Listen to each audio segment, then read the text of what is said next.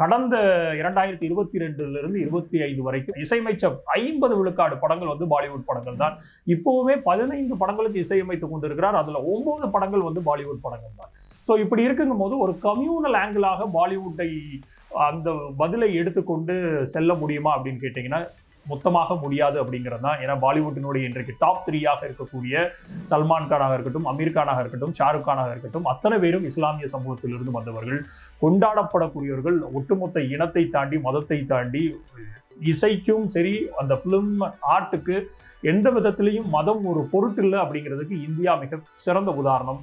Majority of Hindus, 80 விழுக்காடு ஹிந்துக்கள் வாழக்கூடிய நாட்டில் மிக முக்கியமான ஹிந்தியினுடைய பாலிவுட்ல டாப் 3 இருக்கக்கூடியவர்கள் இஸ்லாமியத்தை சேர்ந்த மதத்தை சேர்ந்தவர்கள்.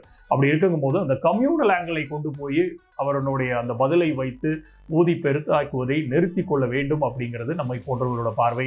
ஏதோ ஸ்லிப் ஆஃப் டங்கோ இல்லை அவர் இன்டென்ஷனாக தெரிவிக்காத ஒரு வார்த்தையை வைத்துக்கொண்டு கிட்டத்தட்ட 30 ஆண்டு காலமாக மிகப்பெரிய ஒரு வந்தே மாதரம் போன்று, இன்றைக்கு ராமாயணம் போன்று பல இந்தியர்களை ஒற்றுமைக்கக்கூடிய பல்வேறு விடயங்களை அவருடைய இசையின் மூலமாக செய்த திரு ஏஆர் ரஹ்மானை ஒரு பேட்ரியாட்டிசத்தை நிரூபிக்க வேண்டும். அவரை குற்றவாளி கூண்டில் நிப்பாட்டி அவருடைய தன்மையை, சுதந்திர தன்மையை, அவருக்கான அந்த தேசபக்தியை நிரூபிக்கணும்னு சொல்றதை ஒட்டுமொத்தமாக ஏற்றுக்கொள்ள முடியாது அப்படிங்கிறது தான் நம்மளை போன்றவர்களோட பார்வை.